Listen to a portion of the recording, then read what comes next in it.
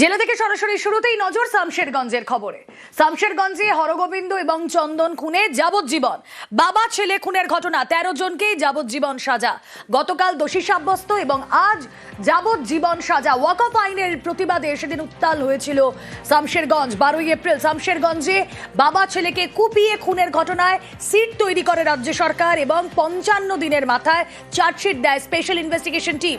Fast track কোর্টে মামলার শুনানি চলে এই অবধি। 8 মাসে জঙ্গিপুর আদালতে সাজা ঘোষণা। কি হলো আজ আদালতে জানবো, প্রতিনিধি আবির ঘোষাল রয়েছেন সঙ্গে। আবির,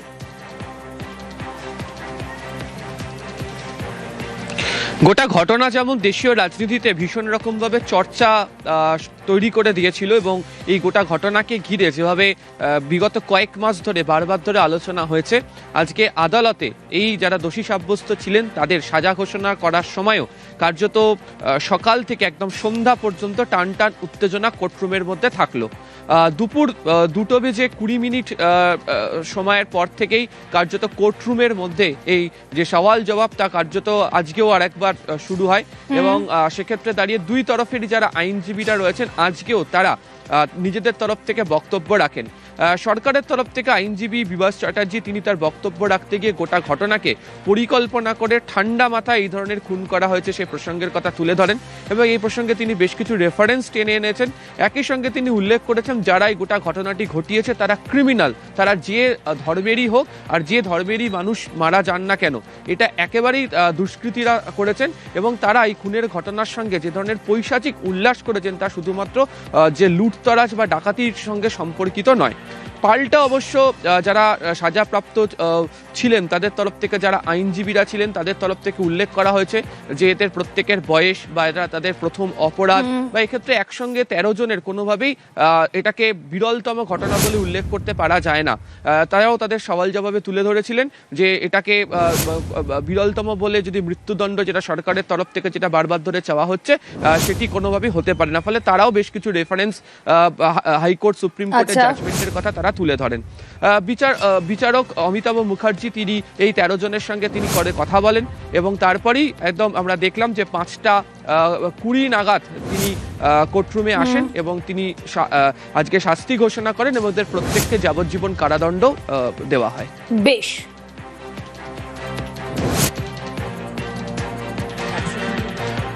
মব লিঞ্চিং ছিল, মার্ডারের অ্যাগ্রেভেটেড ফর্ম, তাতে আমরা প্রেয়ার করেছিলাম ডেথ সেন্টেন্সের জন্য, কিন্তু কোর্ট যেটা মনে করেছেন সেটাই প্রত্যেকের যাবজ্জীবন হলো। ডাকাতির জন্য 10 বছর, হাউস ট্রেসপাস এই আর ইত্যাদি অফেন্সের জন্য 10 বছর, 5,000 করে ইচ প্রত্যেকটা সেকশনের জন্য পেনাল্টি দেওয়া হয়েছে। ভিকটিমের বাড়ির লোককে 15 লক্ষ টাকা কম্পেনসেশন দিতে হবে। আমরা এই পুরো মামলাটাতে 38টা সাক্ষীকে এক্সামিন করেছিলাম। ফরেন্সিক এভিডেন্স, ডিএনএ এভিডেন্স, আমাদের অনেক রকমের এভিডেন্স ছিল এই মামলাতে। কিছু লোক ভয়ের মধ্যে হলেও তারা মোবাইলে কিছু ভিডিও ক্যাপচার করেছিল। মারা যাওয়ার আগে ওনার ছেলে যে ডাইং ডিক্লারেশনটা দিয়েছিল যে কিভাবে কারা মেরেছে, সেগুলো আমাদের সামনে কোর্টে এসছে।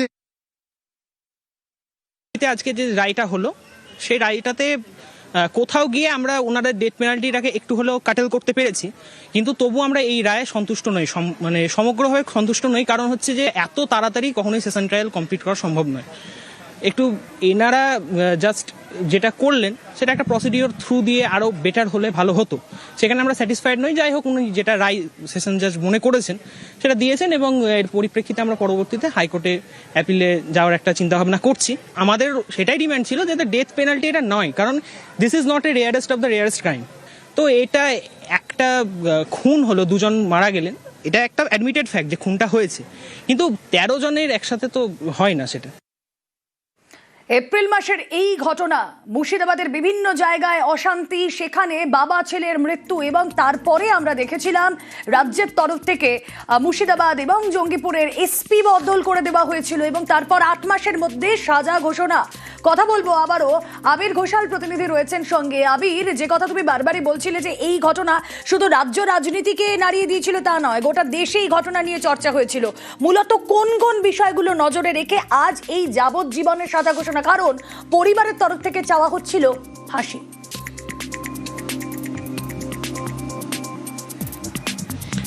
একই রকমভাবে সরকারের তরফ থেকে যিনি আইনজীবী ছিলেন তিনিও আজকে তার প্রত্যেকটা বক্তব্যে ফাঁসির পক্ষে তিনি সওয়াল করেছেন এবং তিনি উল্লেখ করেছেন যে এই গোটা ঘটনার ক্ষেত্রে বিশেষত আজকেও একাধিকবার ওই ভাইরাল ভিডিওর প্রসঙ্গের কথা আসে এবং শুনানি পর্ব চলাকালীন ওই ভাইরাল ভিডিও দেখে কোর্টরুমে থাকা কয়েকজন কিভাবে অসুস্থ হয়ে পড়েছিলেন এবং এই ভাইরাল ভিডিও দেখে সেদিনকার নৃশংস বর্বরচিত আক্রমণের যে বিষয় এবং সামাজিক মননে তার কি প্রভাব পড়তে পারে বা ফেলেওছে মানুষের মধ্যে সেই প্রসঙ্গের কথাও তিনি উল্লেখ করেন।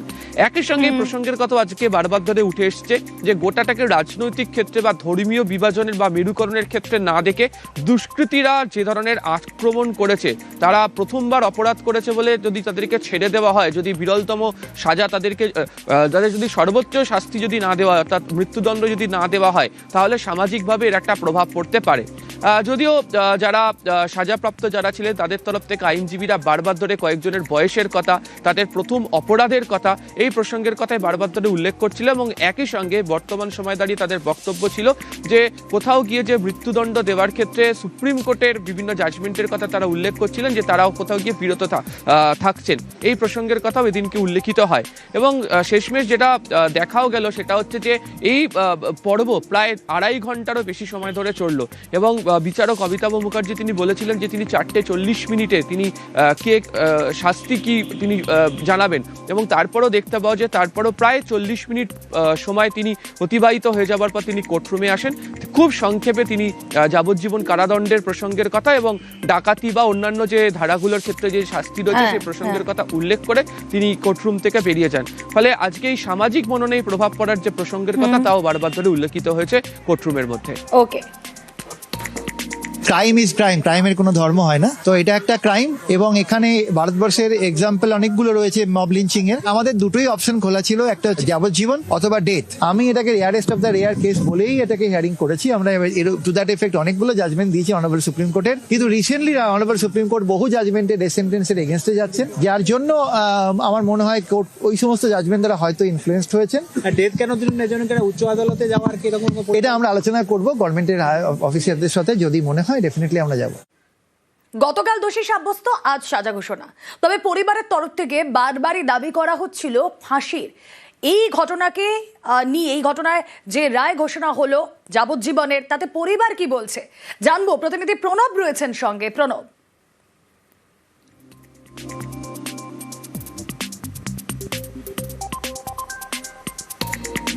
কারণ জাবরাবাদের মানুষজন চেয়েছিল অন্তত পক্ষে যেন ফাঁসি হয়, চরমতম শাস্তি, সেটা কিন্তু তাদের একমাত্র দাবি ছিল। কিন্তু যাবজ্জীবন 13 জনেরই যে যাবজ্জীবন কারাদণ্ড হয়েছে তাতে কিন্তু তারা খুশি নাই, কারণ তারা বলছে যে তারপর তারা ফিরে এসে বা পরিবারের লোকরা তাদের উপর আবার আক্রমণ করতে পারে, এই আশঙ্কা কিন্তু তাদেরকে ভাবাচ্ছে। এবং যেহেতু তোমার গত 12 এপ্রিল এই জাবরাবাদ এলাকাতে তোমার ওয়াকফ আন্দোলনের প্রতিবাদ নিয়ে এখানে একাধিক বাড়িতে লুণ্ঠন, একাধিক বাড়িতে আগুন, অগ্নিসংযোগ এবং এই যে হরগোবিন্দ দাস এবং তার ছেলে চন্দন দাসকে বাড়ি থেকে বের করে নিয়ে এসে এই রাস্তার মধ্যে নৃশংসভাবে কুপিয়ে খুন করা হয়েছিল। এবং এই ঘটনায় মোট 13 জনকে, তারপরে কিন্তু রাজ্য সরকার সিট গঠন করে এবং সিট গঠন করার পর 13 জনকে বিভিন্ন রাজ্য থেকে তাদেরকে গ্রেফতার করে নিয়ে আসা হয়। এবং পুলিশ তোমার যে ডিআইজি র্যাঙ্কের আধিকারিকরা, পুলিশের আধিকারিকরা এই ঘটনার তদন্ত সিটের তদন্ত ভার গ্রহণ করে 55 দিনের মাথায় কিন্তু চার্জশিট দেয়। 980 পাতার মোট চার্জশিট দিয়েছিল এবং 38 জন এই গ্রামবাসী এবং প্রত্যক্ষদর্শী তারা কিন্তু এই সাক্ষ্য প্রমাণ দিয়েছিলেন। এবং একাধিক ব্যক্তি ভয় হলেও কিছু ভিডিও ফুটেজ সেগুলো কিন্তু তুলে দেওয়া হয়েছিল। তাই তারা মনে করেছিলেন অন্তত পক্ষে যেন তাদের ফাঁসি হয় এবং হাইকোর্টের নির্দেশে গ্রামের মধ্যে কিন্তু বিএসএফ মোতায়েন রয়েছে। তাই তাদের একটাই আবেদন, যদি বিএসএফ চলে যায়, বিএসএফ যখন চলে যাবে তখন তাদের কি হবে। যদি রাজ্য সরকারের পক্ষ থেকে গ্রামে এই জাফরাবাদ বা বেদবোনা গ্রামে তোমার আলাদা করে পুলিশ ক্যাম্প রয়েছে, কিন্তু গ্রামবাসীরা চাইছে যে অন্তত পক্ষে স্থায়ীভাবে যাতে বিএসএফ থাকে তার একটা ব্যবস্থা করা হোক। আর এদের জন্য কিন্তু অন্তত পক্ষে গ্রামের পক্ষ থেকেও কিন্তু যাদের তাদের ফাঁসি হয় সেই আবেদন করে তারা হাইকোর্টে যাবে। এই নির্দেশের পরে, রায় ঘোষণার পরে রাজনৈতিক চর্চা শুরু। কি বলছেন শুভেন্দু অধিকারী, কি বলছেন তৃণমূল মুখপাত্র অরূপ চক্রবর্তী, শুনবো।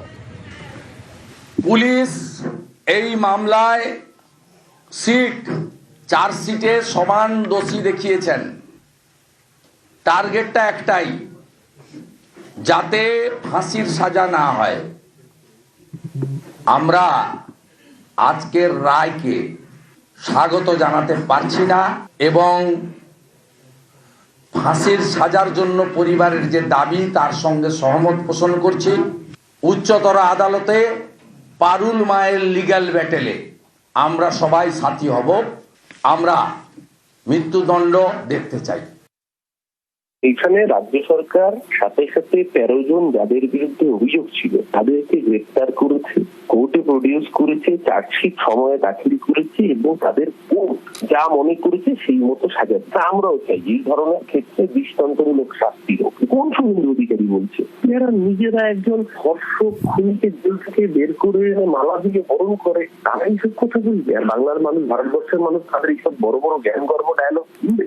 যারা মালেগাঁও বোমা বিস্ফোরণে মানুষকে খুন করার পর তাদেরকে পার্লামেন্টে পাঠায়, যারা প্রমোশন দেয়, এ রাজ্যে আইনের শাসন আছে। শুভেন্দু অধিকারীর দল যদি রাজ্যের ক্ষমতায় থাকতো তাহলে ওই বিএনপির ধর্ষকদের যেরকম জেল থেকে বের করে এনে মালা করায় বিভিন্ন রাজ্যে সেই রকম রাজত্ব চালাতো।